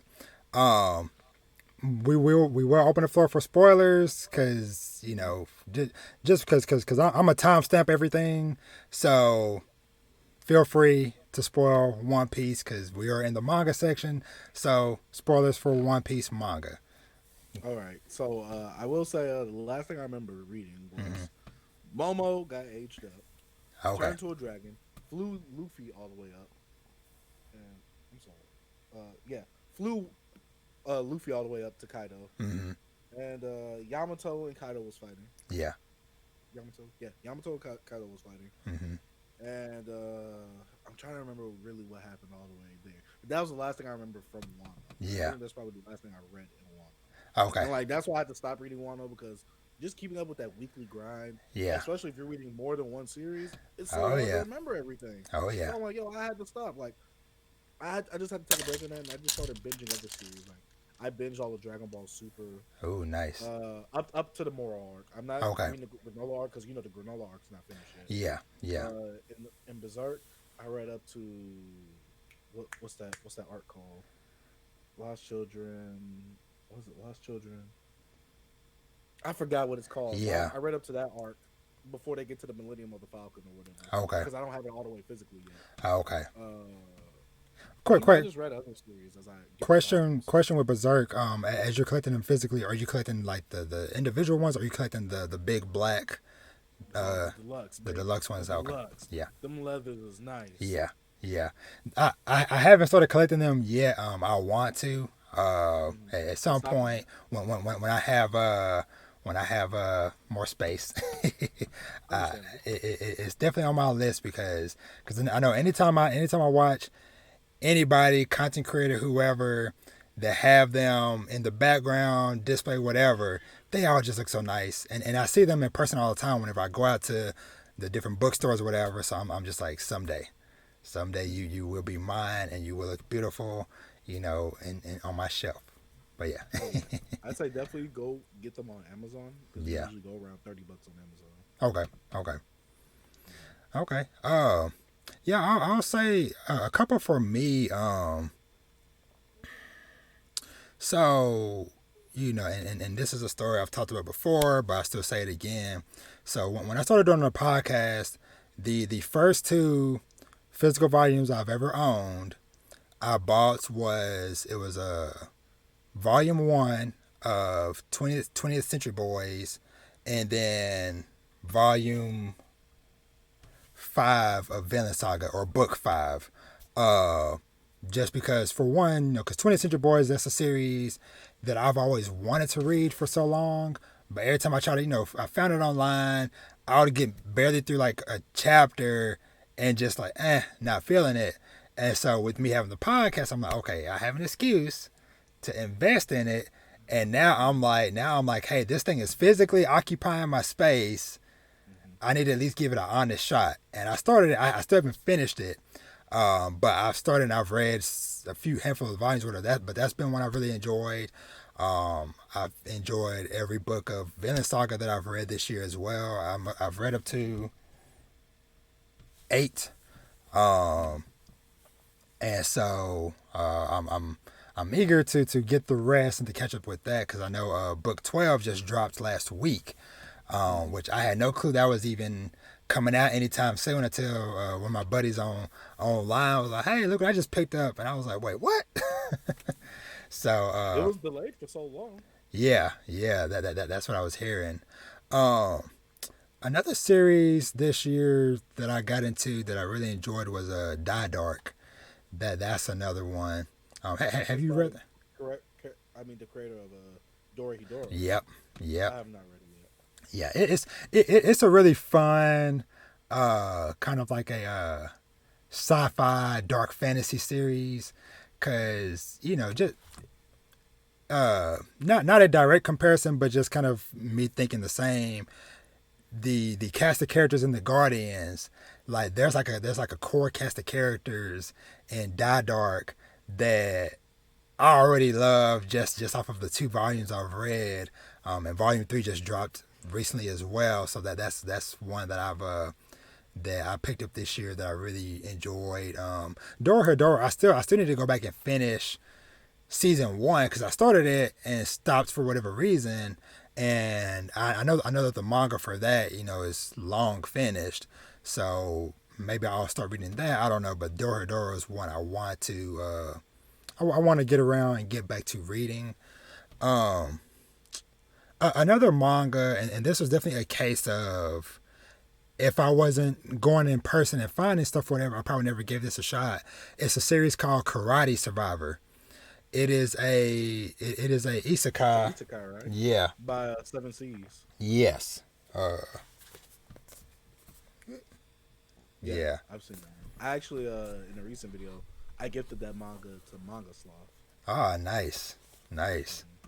Yeah, but yeah, man, it and I'll say it's one, especially because I had finished volume 2 recently, whatever, and it kind of solidified it, like, okay, I will continue to buy these, because while it's not necessarily doing like something like super big and crazy and unique, but I just feel like what it does well.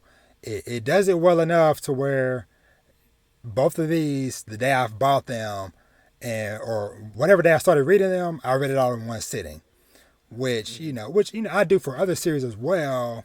But with both of those, it was just like, all right, I started it, time blurred, and I'm like, dang, now I gotta wait for the next one. But yeah, like I said, it's as I talked before, super simple premise. God dies, meets this god figure, gets reincarnated into this fantasy world, but only skill that he gets is karate.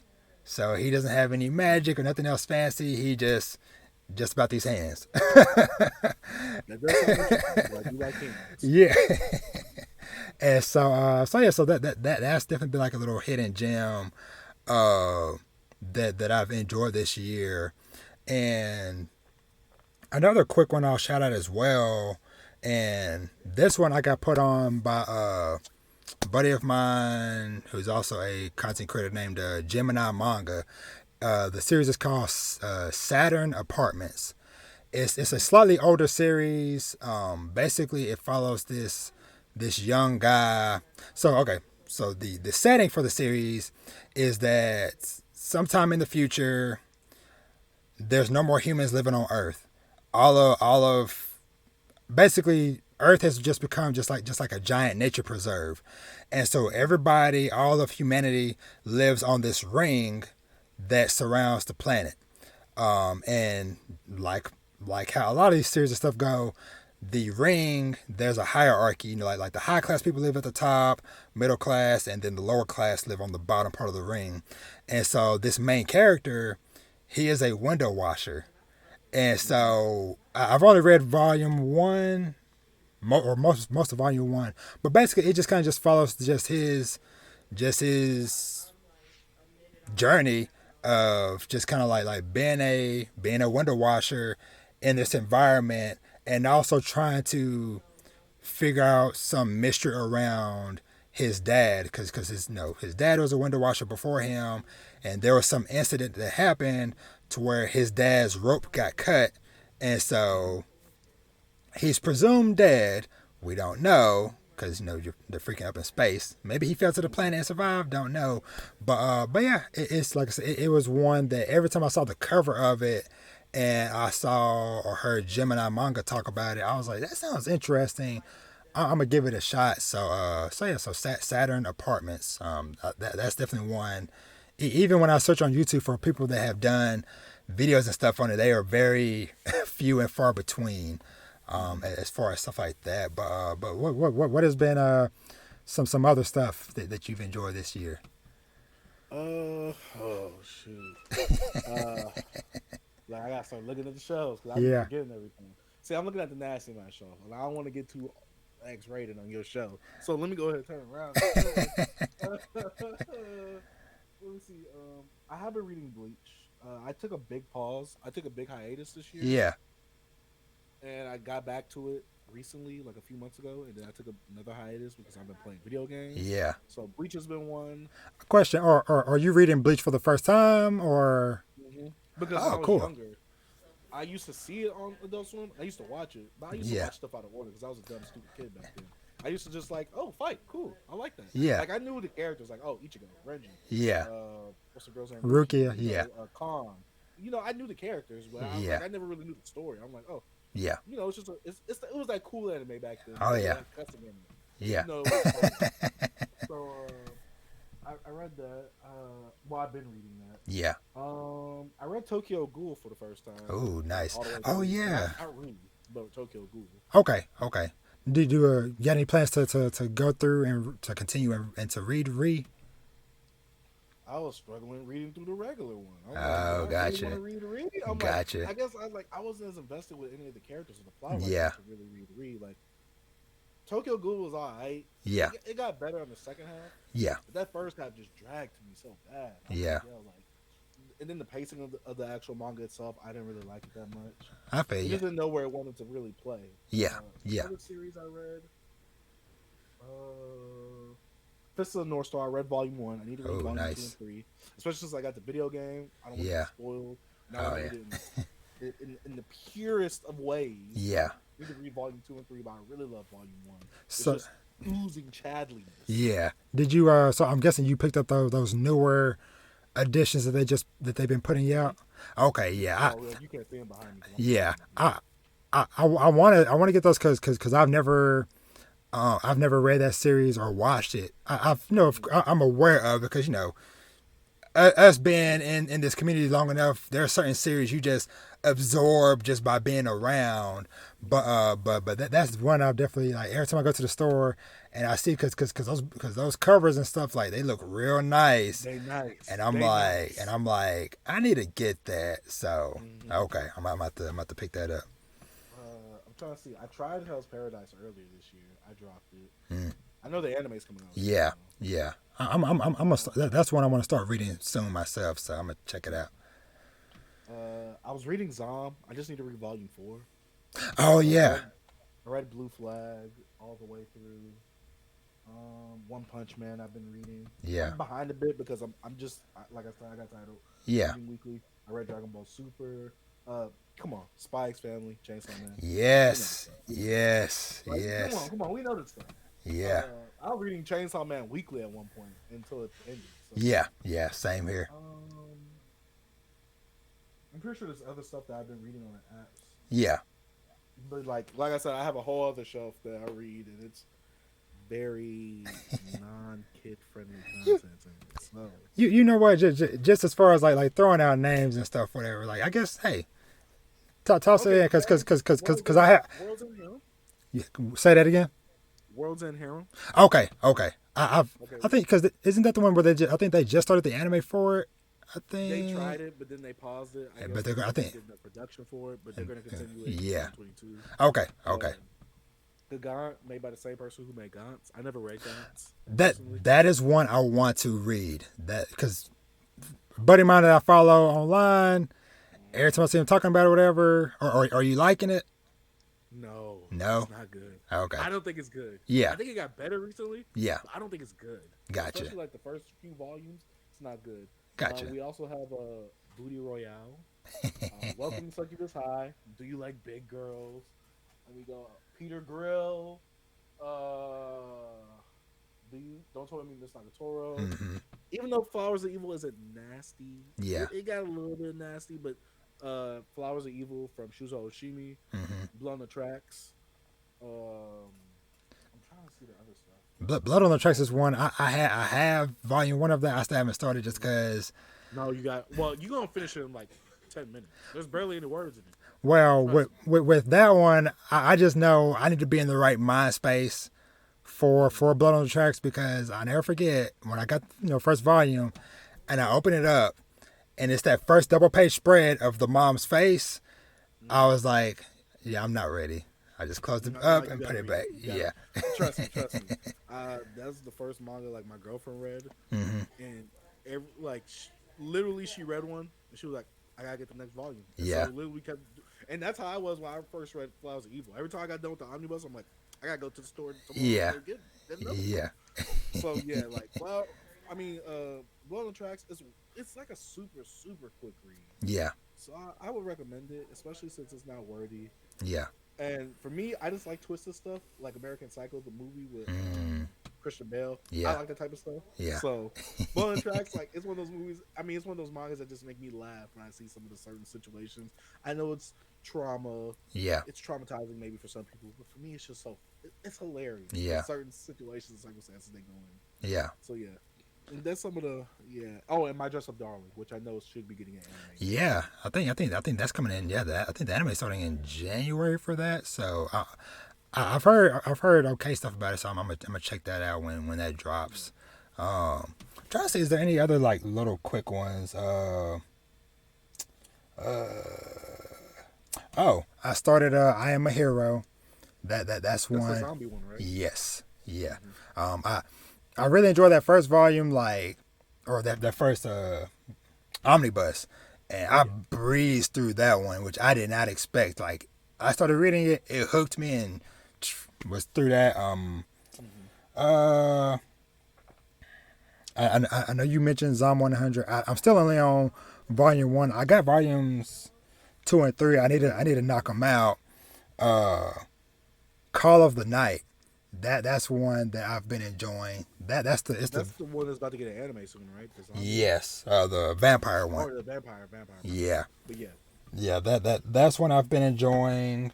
Like I mentioned, Sweat and Soap. I've only read volume. Well, I'm on volume 2 now, whatever. But that's what I'm enjoying. That might be one. Maybe in the coming months when I have some money, I might just go ahead and just buy all the rest of it because I know the series is done. I don't know. I think the last volume it either just came out or it's coming out next month. So I might just go ahead and just buy it all and just binge it all and then be done with it. But I've enjoyed that. I don't know if I'm gonna continue with this one. This was one. Uh, this level 1 demon lord and one room hero. Oh, I wanted to check that one out. I needed to add that to my nasty collection. I need that. I saw like the cover of Volume 2. I was like, "Yep, that Yeah. gotta get to the cover." Yep, I need that. That's exactly what I need in my life. Yeah, I'll say, it was a fun, silly read. That first volume. I still need to. I think I had started. I'm pretty sure I started volume 2. I just need to go back and finish it. But yeah, that was another one to where I saw the cover and I was just and the name. I was like, sure, whatever. I'll give it a shot and see what that's about. Trying to think.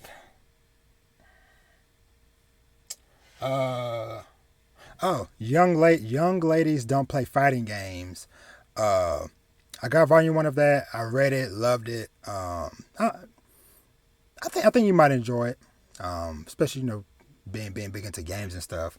Cause that or actually, are you familiar with that series or heard of it or? I've heard of it. Okay, yeah. Cause just as a recap for listeners or whatever, that's the one where basically it's about these young girls, young ladies, at this kind of like this private school that they're going to learn to be proper young ladies. And at the school, all video games are banned, but the two main characters, they are both like, when I say hardcore gamers, like hardcore fighting game gamers, they have fight sticks, the whole shebang.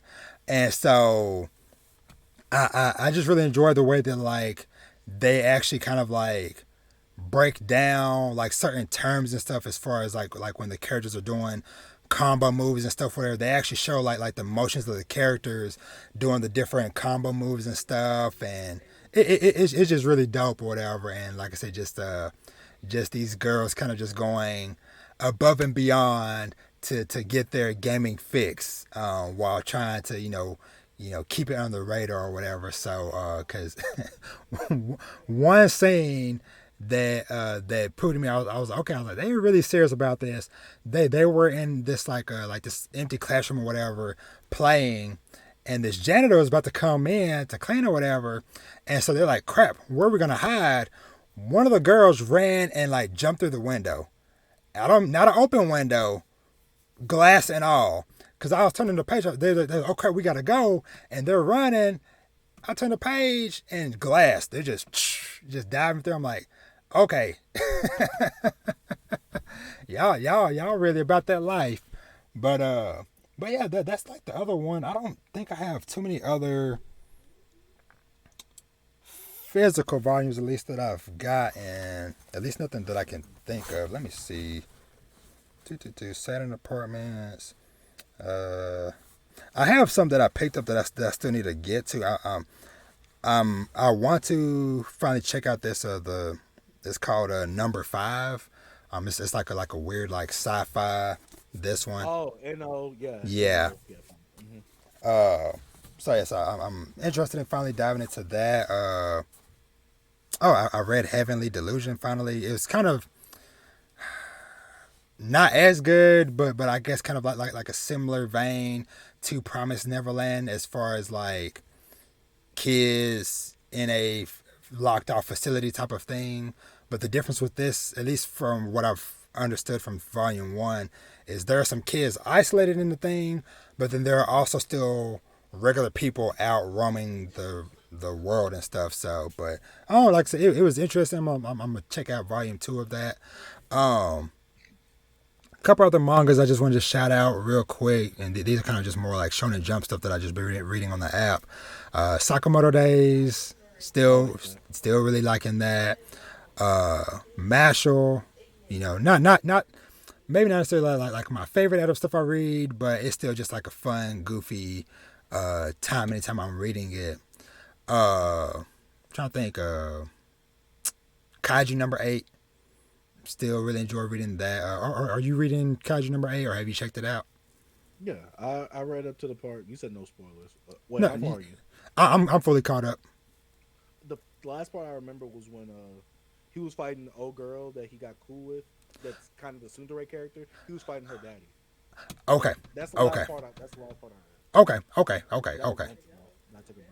Okay. Okay. Okay. But yeah, that it's not too far behind because I think they only do like a few chapters and they do a break, few chapters in a break, kind of like how Spy Family does, breaks periodically and stuff. Oh,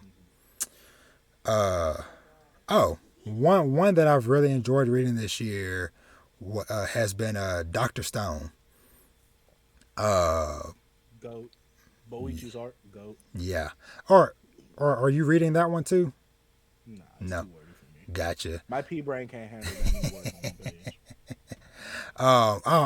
I'll just say because I've talked about it plenty enough where people want to hear specific spoilers or whatever. Go back to past episodes, but just the arc that happened like towards like the end of spring going into summer. There's like basically just like a really big event that happened or whatever. They kind of shifted a lot of stuff in the series. There was like okay, I thought we were going here, but we took like a very welcome but unexpected detour with some stuff that happened or whatever. So, but yeah, Dr. Stone was definitely one of my favorite reads of this year. Shout out to Suika. She earned for me GOAT status this year because she had like her own like kind of like mini arc during that event I'm talking about, to where she kind of got like some real time to shine. So but yeah, Dr. Stone, trying to think that might really be it. As far as like the main things, I want to go back and, well, I've been trying to catch up on Undead Unluck, cause I was reading that. I had binged and caught up with it at a point, and then I stopped reading it back during the summer. So I'm like, I got like 30 something chapters to read. So I've been trying to catch up because I have planned see if I can hit the target, but when they do chapter 100 in a couple of months, or it might be sooner because I think they're already in the 90s. So within the coming months or whatever, when they hit chapter 100, I'm planning on doing like an episode with because I have a buddy of mine, Steve from Inside the Mind of a Blur podcast. He's a big Undead Unluck fan, so me and him are planning on doing like a little episode or something about that. So I definitely want to catch up on that. And I'm just scrolling through, just seeing, was there anything else? I finally started reading and got really deep into Mission Yozakura Family. That's been like a really good read. I'm not fully caught up, but I've enjoyed what I've read of that one. Yeah, that might be it. I want to say rest in peace to Hunters Guild Red Hood. Man, the potential you had. I haven't read a single chapter of that series. Man, dude, like I just really liked the setting and the world of that series, whatever, just because I don't know, just the way like the art of it, and just how creative the author was with like certain creature designs and stuff like that. The premise of it was just set up to be so good because it's this fantasy world where they have stuff like werewolves and talk about dragons and witches and all this stuff. But I feel like, it just didn't get the time and the space it needed to grow and to breathe. And then it kind of just fell off. I feel like it kind of hit that same mark with a couple years ago, Samurai 8, to where it's like, man, the potential is here, but rest in peace to Samurai 8 as well. That was a series where I just thought Masashi Kishimoto, he done lost it. Yeah. He done lost it. I thought it was washed. I'm not gonna lie to you. Yeah, that was one that I really enjoyed. I guess more so like a lot of like the designs of stuff, like the different armors and stuff that they had. I like that part, but I felt like with that he was getting super in the weeds with all these different technical terms and dialogue and stuff for that. So I'm like, we don't really need all of that now, but it is what it is, you know. But yeah, Hunter's Guild Red Hood, you know, had potential, went bye. And I think that might be it. I feel like there was like something else I wanted to shout out, but I'm not seeing anything on the app that's coming to mind. So maybe I was thinking about something else, but yeah, but I guess just kind of just like closing thoughts, man. You know, just, you know, I guess we're kind of like run down. I guess like for manga this year, do you feel like it was at least your experience with manga, you feel like it was a good year for manga, an okay year? How you feeling about manga in this year? In terms of new manga, because this is the year like I fully like got into like fully like hardcore collecting manga. Yeah. This year I feel like it was I guess it was a pretty. It was a pretty good year in terms of Shonen Jump. I mean, a lot of stuff did get axed or hit the can. Yeah. But, I mean, there was a few hitters. I mean, we got Sakamoto Days. Yeah. I think I like out of the new bunch, I like it the most. Yeah. We got Undead Unluck, Kaiju number 8, which I like the second most. Mm-hmm. Mashal, I think I like that one probably the least. Yeah. You know, then we got the usual stuff like Black Clover, going hard. One Piece, going hard. Yeah. My Hero, I heard it's been going hard. Can't personally speak about it, but I've heard things about it. Yeah. And then we have what I like to say, my Nasty Man collection. That has definitely been going hard. So it was a pretty good year for manga. Yeah. Yeah. Same here. And like I said, you know, earlier, you know, it's like this was the year that I truly feel like my appreciation for manga just grew a million times over, because like I said, just the fact of me starting to physically collect, it just really just opened the gateway to so much more stuff. And then, you know, with me getting into this content creation space with the podcast and YouTube and all that stuff, whatever, I'm following a lot more people that, you know, that talk about it, like yourself and other people and stuff. And even just all the awesome people I follow on Instagram, and just be posting pictures of just their stacks or their new things that they're buying or their reviews of the stuff that they've read. It is just like, it's like all the time I'm like, okay, adding more to my list. Like, what is that? Okay. Cause I already have a few for sure that I'm like, I need to wrap up some series that I have so I can dive into a couple other things, because a few that I've heard good things about that I want to get into. One is it's a current, still ongoing series called I think Witch Hat Atelier. Atelier, yes. That's one I've heard good stuff about.